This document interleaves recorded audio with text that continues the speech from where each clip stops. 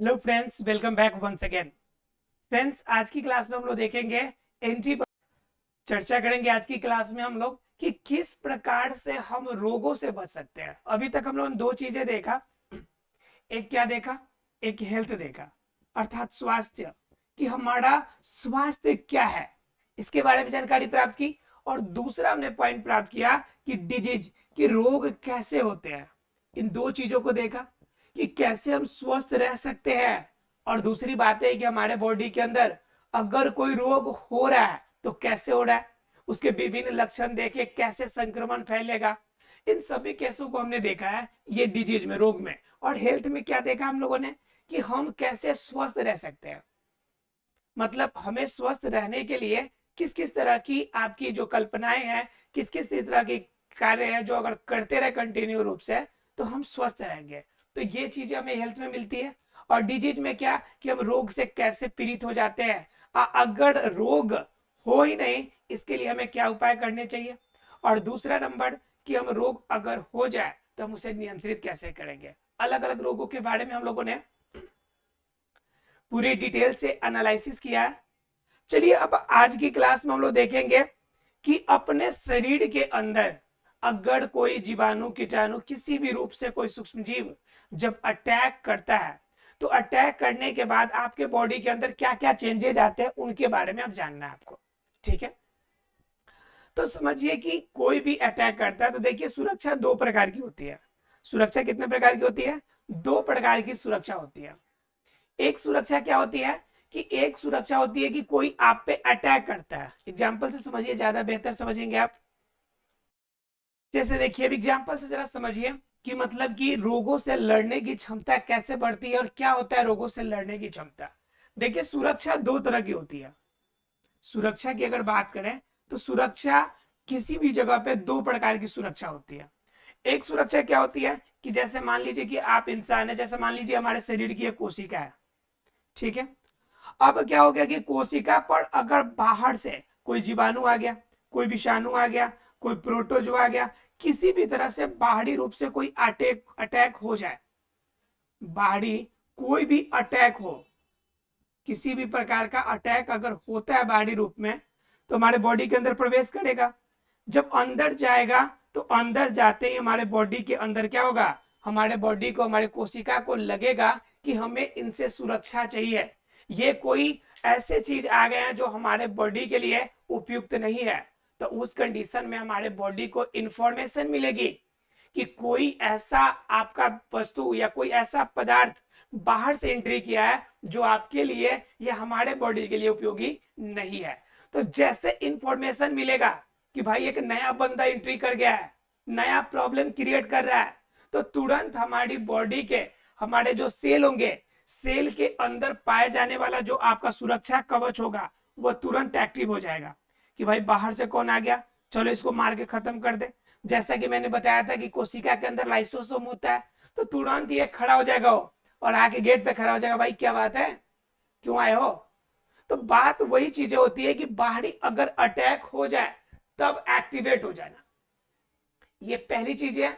और दूसरी एक और होती है सुरक्षा कि मान लीजिए ये आपका कोशिका है, तो कोशिका हमें किन चीजों से हानि हो सकती है।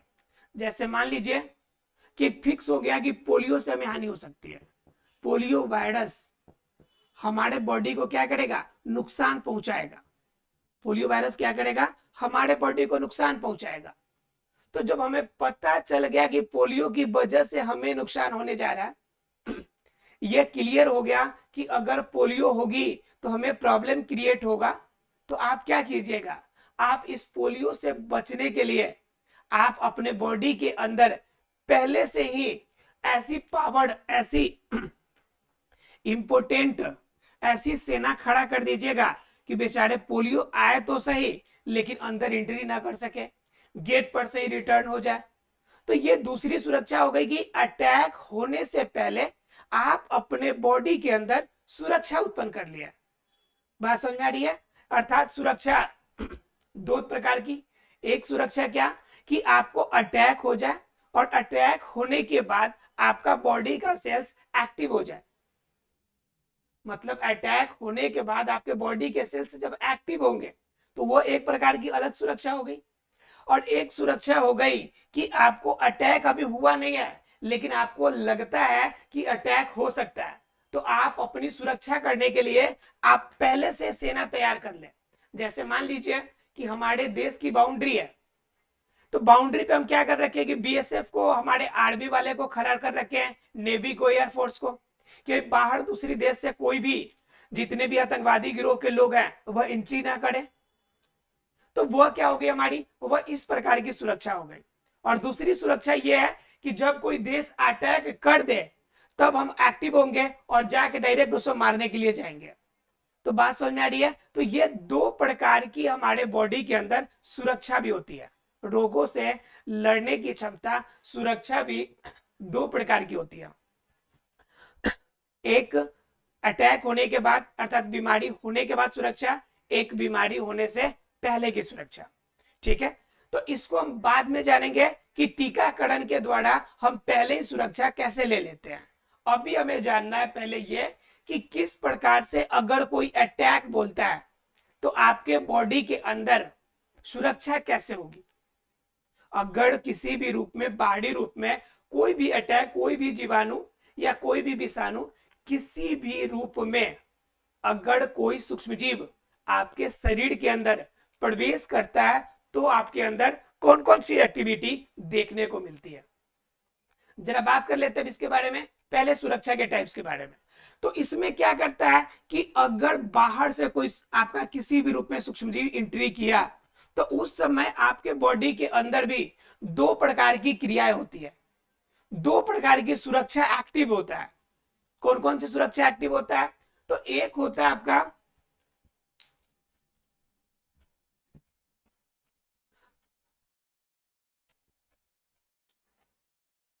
ये होता है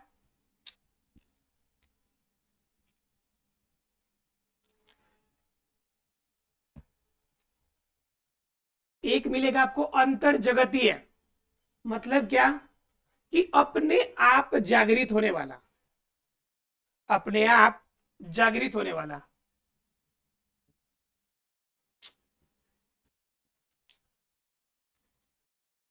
एक होता है आपका क्या, अंतर जगत रूप, अंत जागृत, मतलब खुद से जागृत हो जाएगा, खुद से निकल जाएगा, तो अंतर जागृत। और दूसरा होता है उपार्जित, दूसरा क्या होता है, उपार्जित। उपार्जित का मतलब क्या, नया बनाया जाना। अंतर जागृत का मतलब बॉडी खुद से जागृत हो जाएगी। जैसे एंट्री किया, एंट्री करने के बाद सारे आर्मी एयरफोर्स वाले सब एकदम बंदूक लेकर रेडी हो गए, चलो भाई किधर आ गया, किधर आ गया। तो वो सिस्टम होता है हमारा अंतर जागृत में। और उपार्जित में क्या होता है कि बाहर से पीछे रखे रहते हैं लोग सेना, हम लोग क्या करते हैं कि बाहर से रिजर्व सेना रखते हैं कि जैसे कोई अटैक किया तो तुरंत हम रिजर्व वाले सेना जो रखे अपने देश के अंदर उसे भेज देंगे। तो इसके अंदर भी रिजर्व सेना होता है, तो रिजर्व सेना जब जाएगा तो उपार्जित। और जब आपके पास तैनात सेना लड़ने के लिए ऑटोमेटिकली दुश्मन को देखकर एक्टिव हो जाए तो उससे हम लोग कहते हैं अंतर जागृत, मतलब खुद से जग जाना, आंतरिक रूप में खुद से एक्टिविटी होना और खुद से जग जाना अंतर जागृत। और उपार्जित का मतलब कि वो लक्षण बाहर से उपार्जित हो रहा है, नए लक्षण बन रहे हैं, तो वो क्या हो गया हमारा उपार्जित लक्षण। तो सुरक्षा दो तरह के हो गए कि हमारे बॉडी के अंदर दो प्रकार की सुरक्षा होती है। अब जानना में है कि अंतर जगत सुरक्षा जो होती है वह खुद से एक्टिव होगी, तो खुद से एक्टिव तो अलग अलग तरीके से होगी। जैसे मान लीजिए कि आपके बॉडी के अंदर अगर कोई चीज गया, कोई भी आपका माइक्रो ऑर्गेनिज्म एंट्री किया, तो पहला नंबर तो पहले आपकी दीवार करेगी, बॉडी के जो दीवारें हैं, जो त्वचा है वह रोकेगी उसके। पहला काम किसका होगा, आपका त्वचा का होगा कि त्वचा क्या करेगी कि उसको रोक देगी कि भाई नहीं आएगा, तो पहला काम तो ये कर देगा त्वचा। दूसरे में अगर देखिएगा तो शरीर में बहुत सारी क्रियाएं होती है जिनमें शरीर का टेम्परेचर बढ़ता है, आपके शरीर के अंदर एसिड निकलते हैं। तो इस तरह की जो क्रियाएं आपके बॉडी के अंदर होंगी, तो इन बॉडी के अंदर होने की वजह से भी आप क्या कर सकते हैं, कंट्रोल कर सकते हैं, अर्थात कि वो एंटीजन जो होगा, जो बाहर से आने वाला होगा, वह नष्ट हो जाएगा। तो नष्ट होने के आपके अलग अलग रूप में लक्षण है, अलग अलग रूप में क्या है, कार्य फायदे है। बात समझ में आ रही है? मतलब दो चीजें है, सीधे शब्दों में अगर कहें हम लोग तो मुख्य रूप से हमारे पास दो चीजें है। क्या क्या दो चीजें हैं? तो पहली नंबर एक चीज ये है कि हम क्या करते हैं कि हमारे बॉडी के अंदर अगर एंट्री कर गया कोई मटेरियल, तो उसके अंदर पहली जो प्रॉब्लम होगी, पहली जो आपकी एक्टिविटी होगी वह होगी क्या, अंतर क्रिया से, यानी रोधक क्रिया आपके बॉडी के अंदर होगी, रोकने की क्रिया। तो पहली क्रिया क्या होगी आपकी, रोधक क्रिया। रोधक क्रिया, रोधक क्रिया के माध्यम से क्या करेंगे आप, रोगों को रोकेंगे, माध्यम से सुरक्षा होगी आपकी। अब रोधक क्रिया में क्या हो जाएगा आपका, तो रोधक क्रिया में क्या होता है कि आपके बॉडी का टेम्परेचर कभी बढ़ जाता है, यानी जैसे फीवर हो गया तो तापमान बढ़ा, तापमान में वृद्धि से। और क्या हो सकता है कि आपके बॉडी के अंदर जो आंत है, जो बड़ी आंत छोटी आंत है, जो आपकी अमाशय है, वहां पे अम्ल का स्राव होता है, तो बहुत सारे सूक्ष्म जीव तो ऐसे भी मर जाएंगे। तो अम्ल के स्राव से, अम्ल के स्राव से आपके बॉडी के अंदर श्वेत ग्रंथि से क्या निकलती है, जो बाहर की तरफ आपके जो द्रव की मात्रा, जो पसीना निकलती है, तो उनसे भी निकल जाती है, श्वेत ग्रंथि से। तो ये कुछ क्या हो गया कि आपके बॉडी के अंदर क्रियाएं होती है, जिन क्रिया की वजह से क्या होता है कि जितने बाहर से आने वाले सूक्ष्म जीव होते हैं वह नष्ट हो जाते हैं।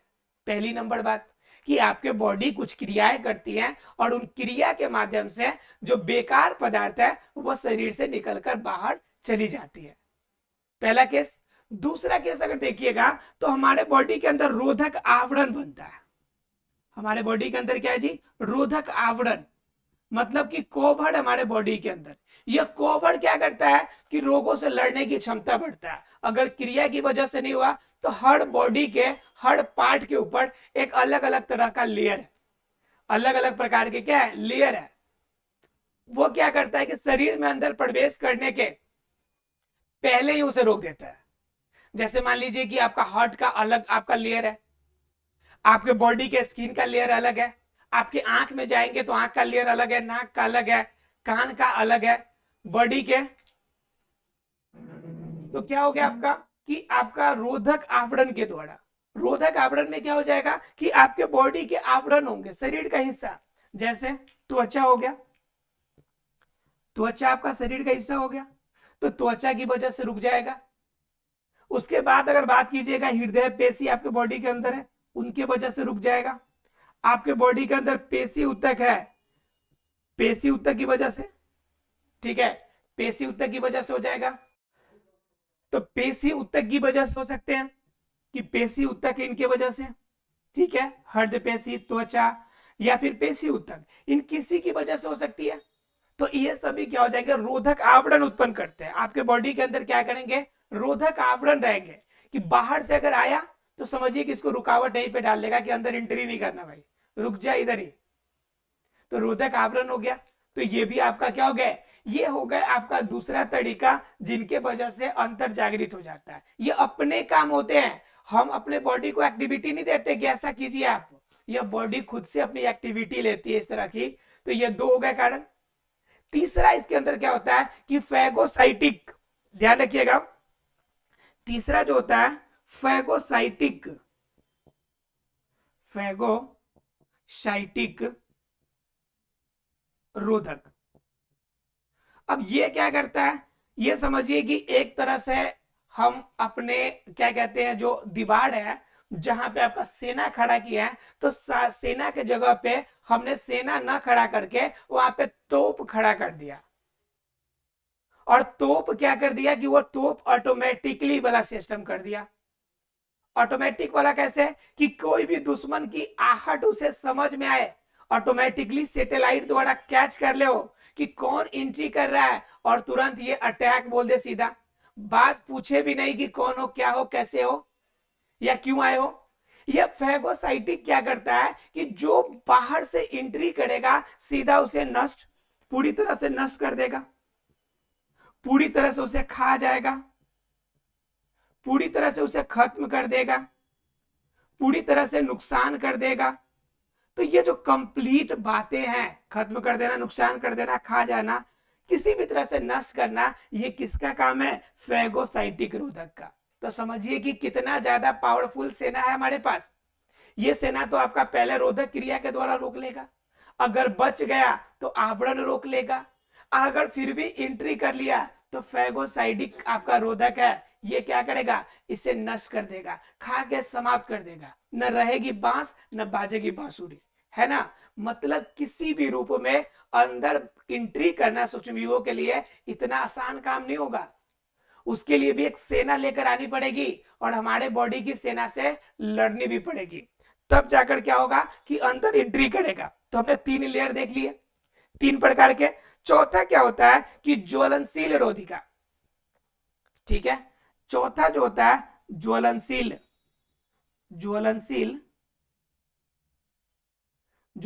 रोधक। तो आपके बॉडी के अंदर एक और खतरनाक ज्वलनशील रोधक भी आपके बॉडी के अंदर पाया जाता है। ठीक है, अब क्या होता है कि किसी कारणवश क्या होता है कि ज्यादा वो काम ज्यादा एक्टिव मोड में आ जाए। ज्यादा एक्टिव मोड का मतलब क्या? बाहर से अटैक किया बाहर से आ गए 2 सूक्ष्मजीव, अब बॉडी के अंदर ज्यादा खतरनाक जो अम्ल हो गए, जो एसिड हो गए, ज्यादा निकल गया।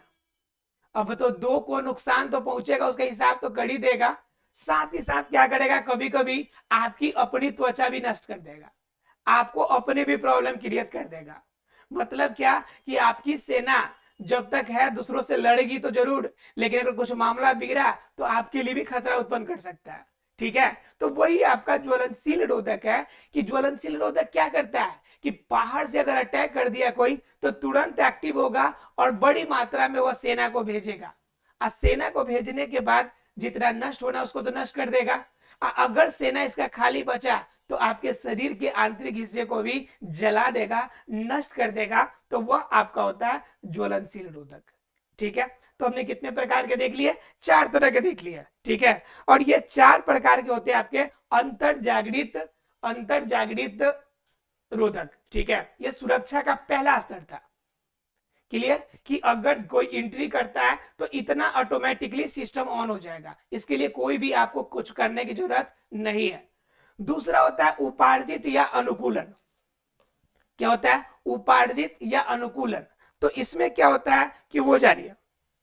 ठीक है, कि उपार्जित वाले में क्या होता है कि आप क्या करेंगे कि कुछ अनुकूलता के आधार पे आपका बॉडी सिस्टम बनाएगा। कैसे सिस्टम बनाएगा वो जरा समझिए।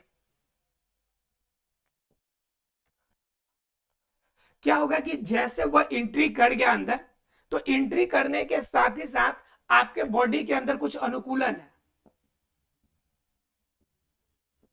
अनुकूलन कुछ बना के रखा है कि कोई एंट्री करेगा तो बॉडी के अंदर कैसी एक्टिविटी आएगी, अंदर एंट्री किया तो कौन कौन सी प्रॉब्लम शुरू होगी, तो वो एक्टिविटी आएगा और एक्टिविटी से खुद को वो समझ लेगा, जान लेगा कि बॉडी के अंदर क्या प्रवेश कर रहा है, कोई ना कोई बाहर से सूक्ष्मजीव प्रवेश कर रहा है।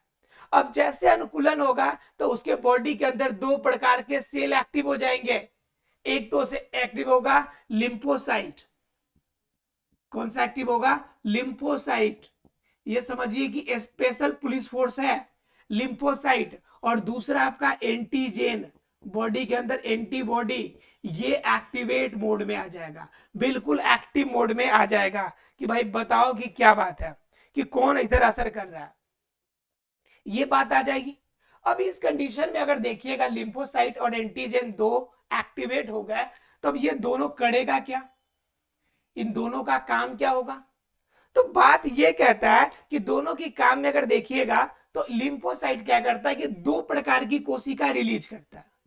एक तो कोशिका बी टाइप वाला और एक आपका टी टाइप का, जो दोनों हमारे बॉडी के लिए बी कोशिका और टी कोशिका 2 प्रकार की आपकी क्या होती है? सुरक्षा का स्तर होती है।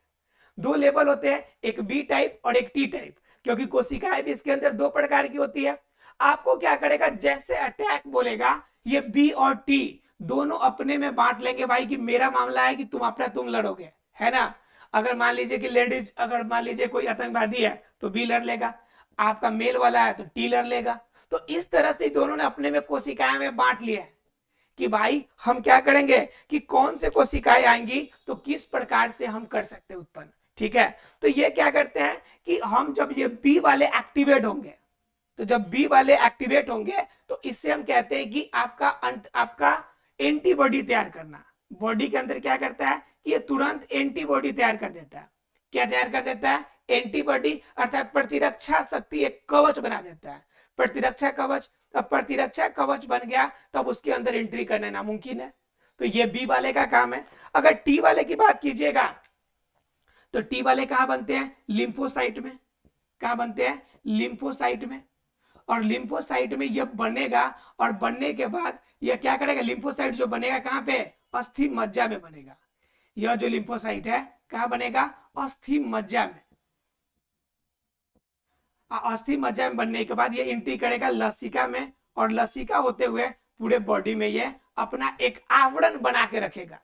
एंट्री कहां होगी? इनका जन्म होगा, इनका जन्म स्थान अस्थि मज्जा, और अस्थि मज्जा से निकलेगा और लसिका में पूरा प्रवेश करते रहेगा, पूरा घूमते रहेगा कि भाई कहीं से आ जाए तो उसका मैं हिसाब कर दूं। और टी वाले बी वाले जो होंगे एंटीबॉडी का निर्माण करेंगे। अब इस कंडीशन में आपके बॉडी के अंदर दो प्रकार की क्रियाएं होती है। दो प्रकार की क्रियाएं का मतलब क्या कि यह जो लिम्फोसाइट और एंटीजन काम करेगा तो इनके अंदर दो तरह की मुख्य रूप से क्रियाएं हमें देखने को मिलेगी।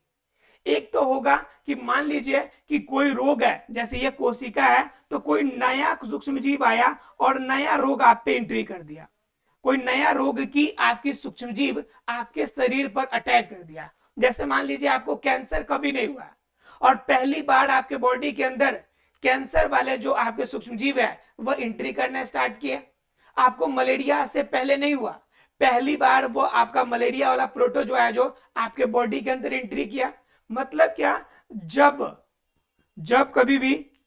जब कभी कोई नया, जब क्या हो? जब नया सूक्ष्मजीव आपके बॉडी के अंदर प्रवेश करे, जब नया सूक्ष्मजीव आप में प्रवेश करे, नया सूक्ष्मजीव प्रवेश करेगा तो ये पहला कंडीशन हो गया कि जब नया जीव प्रवेश करेगा तो प्रवेश करने के साथ ही बॉडी के अंदर प्राथमिक स्टिमुली उत्पन्न होगा, प्राथमिक रूप में अनुक्रिया उत्पन्न होगी कि भाई नया चीज आया, इस पे आपको ध्यान रखना है। और दूसरी एक और केस होती है कि मान लीजिए कि एक रोग हुआ है, 4 दिन पहले आपको फीवर हुआ था, 4 दिन पहले फीवर हुआ था और 2-4 दिन बाद फिर से फीवर हो गया। तो ये फीवर होने के बाद क्या होता है कि बॉडी को खबर मालूम चल जाती है, भाई ये वाला वही है जो 4 दिन पहले आया हुआ था। ठीक है, तो तुरंत अंदर जाएगा तो खबर पहुंच जाएगा उनके पास कि भाई वही परसों जो आया हुआ था फिर से आया हुआ, एक बार फिर से, पता नहीं इस बार क्या करके जाएगा, अभी 2 दिन पहले गया था वो। तो इसमें जाने के बाद या अंदर जाने के बाद अंदर का जो एंटीबॉडी है वह 2-3 दिन में एक्टिवेट हो जाता है, क्योंकि उसे पता होता है कि फीवर वाला जो सूक्ष्मजीव आया है उसका हिसाब किताब कैसे करना है, तो उसे पूरी तरह पता होता है। तो उस कंडीशन में यह तुरंत एक्टिवेट हो जाता है 2 से 3 दिन में। तो उस कंडीशन में फीवर से सुरक्षा हमारी हो जाती है। उसके बाद क्या? लेकिन एंटीबॉडी वाला जब बनेगा, कब बनेगा? यह प्रथम जो होगा जब नया सेल बनेगा, जब नई सूक्ष्मजीव अटैक करेगी तब एक अलग एंटीबॉडी आपको बनाने की आवश्यकता पड़ती है। ठीक है, उसके बाद बात आती है कि लिम्फोसाइट, मान लीजिए कि बी और टी टाइप के हुए, तो लिम्फोसाइट के अंदर काम कैसे होता है?